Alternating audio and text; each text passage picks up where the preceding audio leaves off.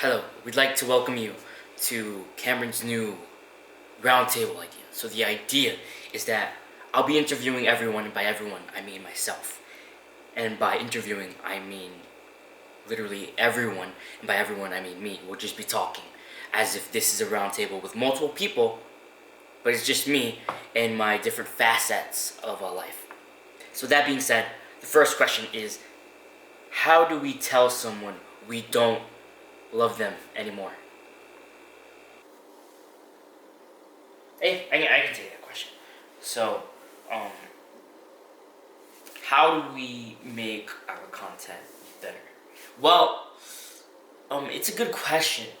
No doubt about that, Dylan. But I think to create content that is significantly better, you just need practice. I mean, they always say practice makes perfect, and I truly think that quote, Dylan, is 100% true.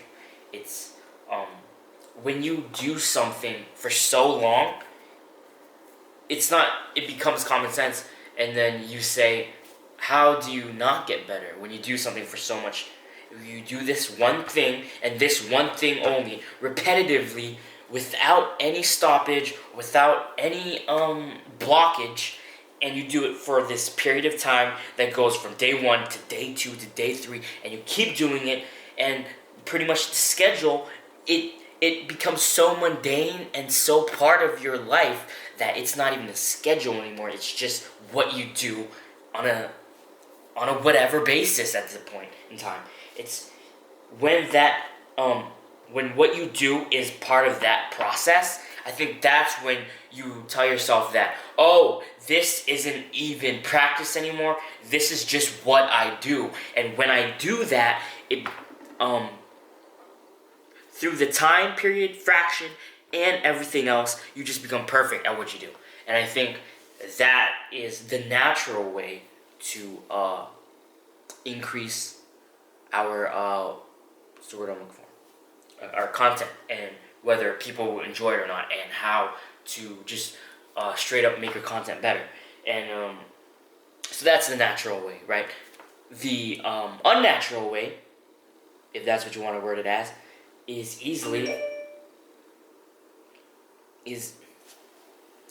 someone texted me. Let me just mute my phone. So the unnatural way, right, is through money, basically. And that's kind of the reason it sucks, is because someone with money can create through means of other people, because money is not what everyone works for. I think the thing that most people work for anyway is true happiness. But we all need money to live. So it's just sad when someone has a lot of money and they hire these people, and what you get is a great product, but it's not natural. And in that sense, some people might find that unnatural thing better than the natural thing. But I'm a firm believer in that the process that becomes greater in a natural way will always trump a process that did not go naturally born. That wasn't naturally born. And so I think that is how you increase your content.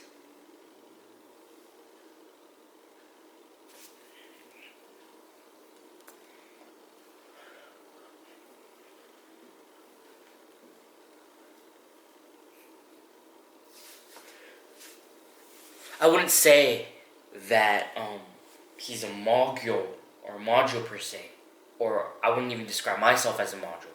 But the thing is, how do you get a following, right, when you have nothing? And I think that's the hardest question to ask. And if you think that's a question that's hard to ask, it's even harder to change that if that's what the situation someone is in.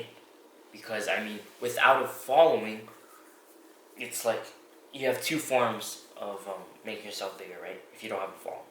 One is you buy ads, which is, again, bringing up money. The second way is to just make good ass content, I think. But the thing is, even when you make that good ass content, you don't know if anyone is gonna watch it. And when no one watches it, it's like, why am I making this good ass content when no one in the world is seeing it, right? And it brings you down, it shakes you, and it's not a good feeling. It's definitely not a good feeling, but it is what it is, and so we just gotta live with it sometimes, you know? And I think that's all I can say about that topic. And it's just, so what do you think, Bob? No, your name's not Bob. What do you think, Robert? I'd like to hear your opinion on this topic, because I think it's a serious topic, and I've talked too much, so it's all yours. Take the floor.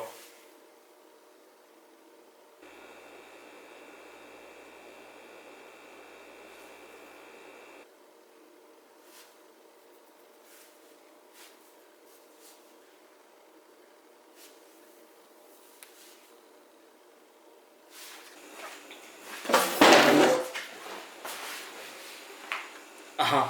Uh-huh. Yeah. See, I know what everyone is getting at, and in that way we should try and strive for what he's trying to say, or what he's trying to say, or what he's trying to say. But when we get lost in that moment of should I do this, should I do that, it's like, what do? We simply don't know what we're gonna do, right? And I mean, it's like, yeah. And so when you talked about that, could you elaborate on it more, so that the entire audience can understand what you're talking about and everything that contemplates with what you're talking about and how it pertains to the system that we have right now in our culture?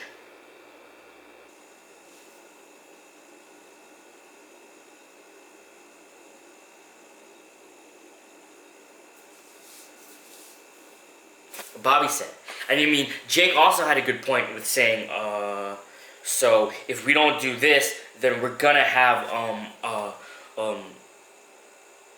excuse me if I forgot your name, Mr. Host, but, how do you say it? How do we know that people care, right, Mr. Host, if the people don't show up? It's like, okay, let's take YouTube for example. We know that people are gonna show up. We have that tally right there, the view count, right? But it's in that physical space. How do we know that people care if they don't show up? And so I really like what Jake said, but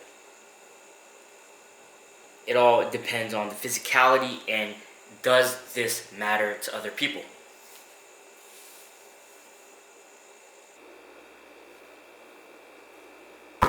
So, well, I think the first thing the viewers are gonna ask, right, is why have a round table with these two extra chairs when no one's gonna be occupying them, right? But I think the viewer knows why these chairs are empty. But with that being said, so to answer your question, Mr. Host, so when we grow up, we always ask ourselves, what was it, or when we grow up, not as we grow up, but when we grow up, we ask ourselves, right, everyone? I think pretty much anyone can back me up on this. Why do we feel like what we did as a kid translated into what we do now, right? How does our past empower our future? How does our past change our future? How does our past write our future? And I think too many people they lose their sense in the now because they think of either the past and what has been rather than the future and what can be. And when we get stuck in the moment between the alpha per se and the omega, we lose sight of the now. We lose sight of and when we lose sight of that, it goes beyond time, it goes beyond age, because we don't know what we're doing at that point in time. And I think it's so important to talk about anything and everything so that our thoughts can just flow out. They can go out mindlessly, like a pig in a. Well, a pig isn't a good. What's the word that I'm looking for? It's not a good thing to relate anything to, but it. You guys get the point. But yeah, so that's what I think about the topic, anyways. If anyone would like to add anything to it, you can feel free.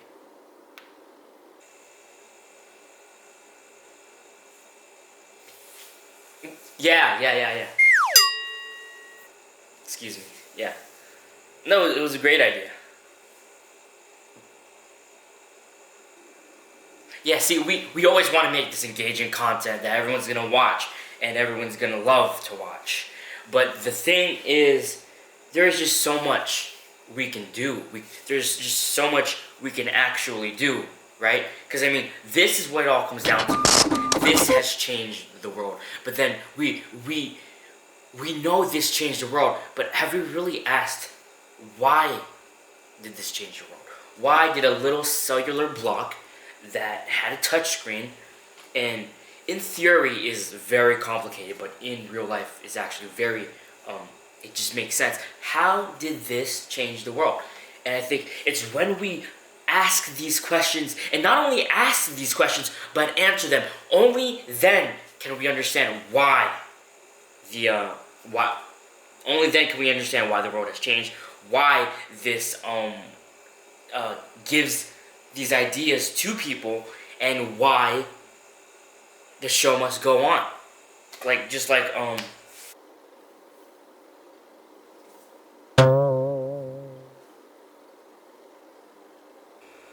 Alright, so I think that was a great wrap up. We had a great decision. You know, I didn't talk as much as I wanted to, but I think the entire roundtable can go and say that this was a good session.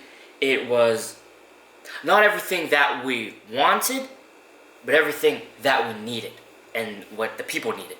And with that being said, I'd like to thank you, the viewer, for watching, and I'd like it if you could come and join us again and tell us if this kind of content was good for you. And if it was, give it a like. And if it wasn't, don't subscribe. Thank you. Have a great night.